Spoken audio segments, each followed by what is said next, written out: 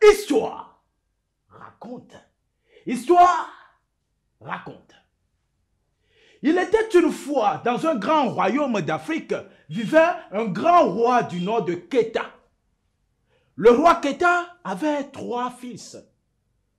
L'aîné, Mamadi, le cadet, Mambi, et le benjamin, Kalilou.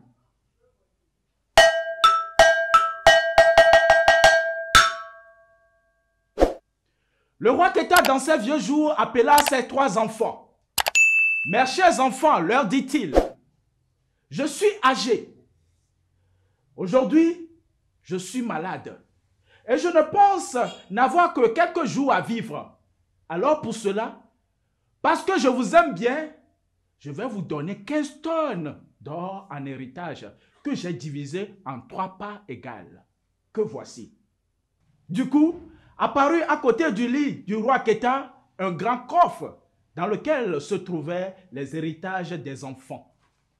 Le surlendemain, le roi Keita rendit l'âme. Écoulez-le, écoulez-le, et on oublie la nuit. Une fois les funérailles terminées, les grands aînés, Mamadi et Mambi, se demandaient comment ils allaient dépenser leur héritage. Alors, ils achetaient des troupeaux, ils firent construire des cases et parcouraient tout le grand royaume pour offrir à leur mère et à leurs femmes les plus beaux bijoux et les plus belles étoffes. Oui. Ils vivaient leurs derniers jours en de festins continuels. Ils vivaient chaque jour en festins continuels. L'argent, on le gaspillait. C'était à celui qui organisait les plus belles fêtes qui aurait les plus beaux tam-tams.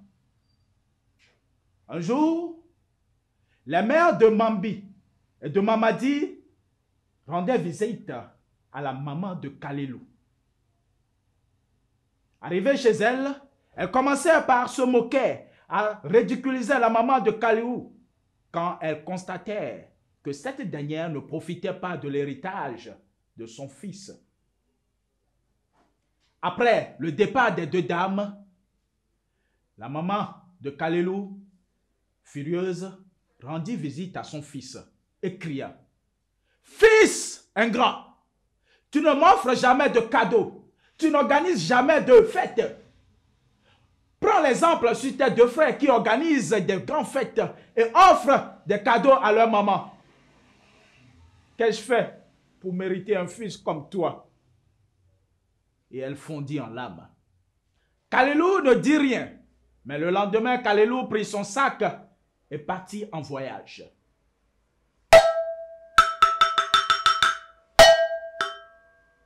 Au premier village qu'il traversa, des enfants malmenaient un chien qu'il tenait en laisse et qu'il conduisait au fleuve pour le noyer. « Pourquoi, chers enfants, voulez-vous tuer ce chien ?» demanda Kalilou. Ce chien a mangé la viande du fils du roi, répondirent les enfants. D'accord. Prenez cette poignée d'or et vendez-moi votre chien. Les enfants, qui ne s'attendaient pas à une telle aubaine, n'hésitaient pas à accepter la proposition de Kalilou. Alors Kalilou reprit sa route, accompagné de son chien. Au deuxième village qu'il traversa, Kalilou voit des fillettes qui allaient pendre un chat. Pourquoi, chère fillette, allez-vous pendre ce chat? Ce chat a bu le lait du roi, répondirent les filles. D'accord, vendez-moi ce chat et prenez cette poignée d'or. Alors, Kalilou reprit la route, accompagné maintenant du chien et du chat. Au troisième village qu'il traversa, il aperçut un chasseur qui allait tuer un vautour. Pourquoi, chasseur? Dit Kalilou. Veux-tu tuer ce vautour? Ce vautour, répondit le chasseur, dévore tous les oiseaux du roi. D'accord, j'ai compris. Mais vendez-moi ce vautour et prenez cette poignée d'or. Alors, Kalilou reprit sa route, accompagné de ses trois amis, le chien, le chat et le vautour qu'il vient de sauver. Les trois, accompagnés de Kalilou, traversèrent le royaume jusqu'à un grand désert où on ne vit.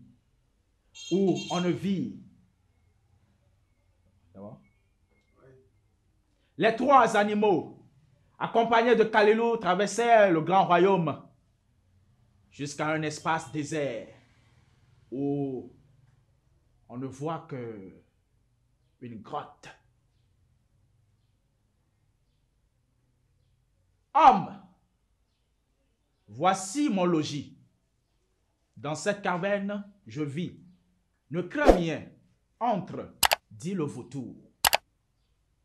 Une fois entré, Kalilou aperçoit sur un perchoir doré un grand vautour, le roi des vautours, entouré de ses sujets.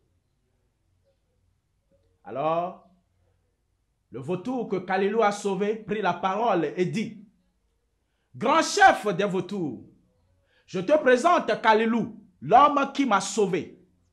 Il mérite une récompense. Laquelle? Répondit le chef des vautours.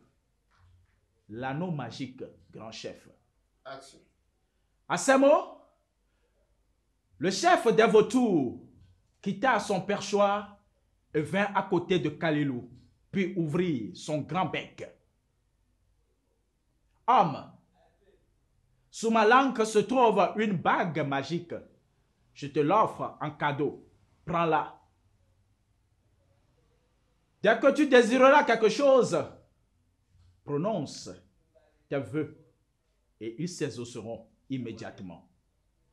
Merci beaucoup, grand chef, dit Kalilou. Je désire retourner au village. À peine Kalilou finit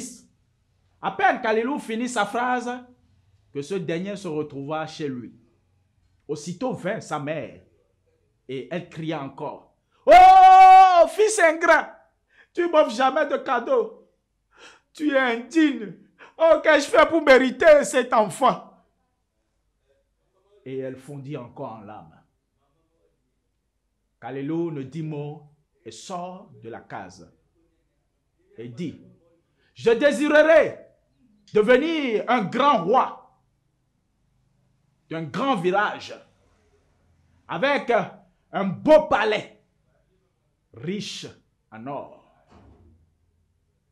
Aussitôt, un bruit vacarme secoua la terre et de la terre sortit un beau palais. La mère eut peur et sortit de la case et était surpris de voir ce beau palais. Il n'en croyait pas à ses yeux ni à ses oreilles.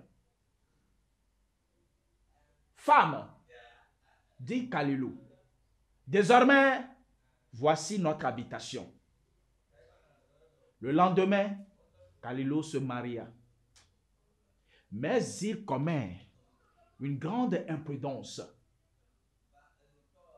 Kalilou raconta à sa femme l'histoire de l'anneau magique. La femme stupéfaite profita du sommeil de Kalilou pour lui dérober l'anneau magique.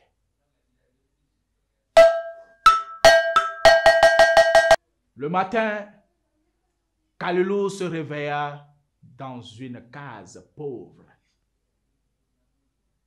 sans palais, ni ville, ni or. Alors, Kalilou tomba dans une dépression.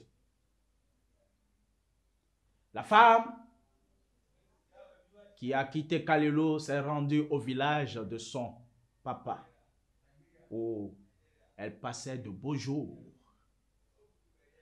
Le chien et le chat se consultèrent et ont décidé d'aller reprendre l'anneau de leur maître.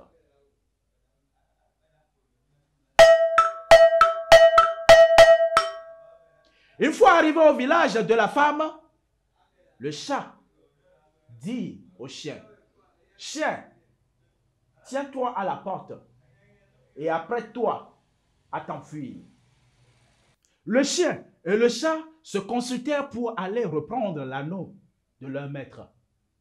Et ils s'approchèrent de la case de cette dernière.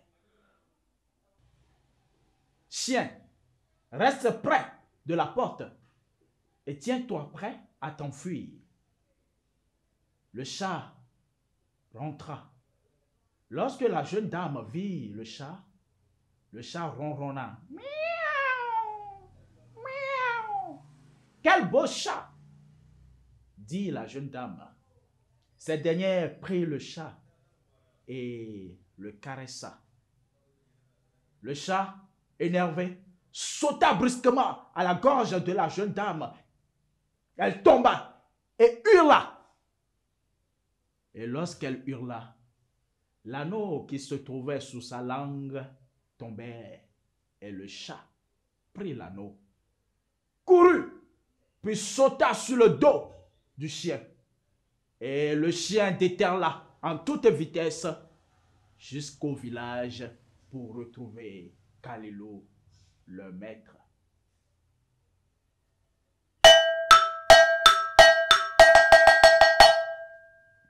Quelle ne fut pas la joie de Kalilou de retrouver son anneau magique. La première des choses que Kalilou fit, c'est de souhaiter la mort de sa femme. Et c'est depuis ce jour que Kalilou, l'homme, ne fit jamais confiance à une femme, aussi belle et aussi gentille qu'elle soit.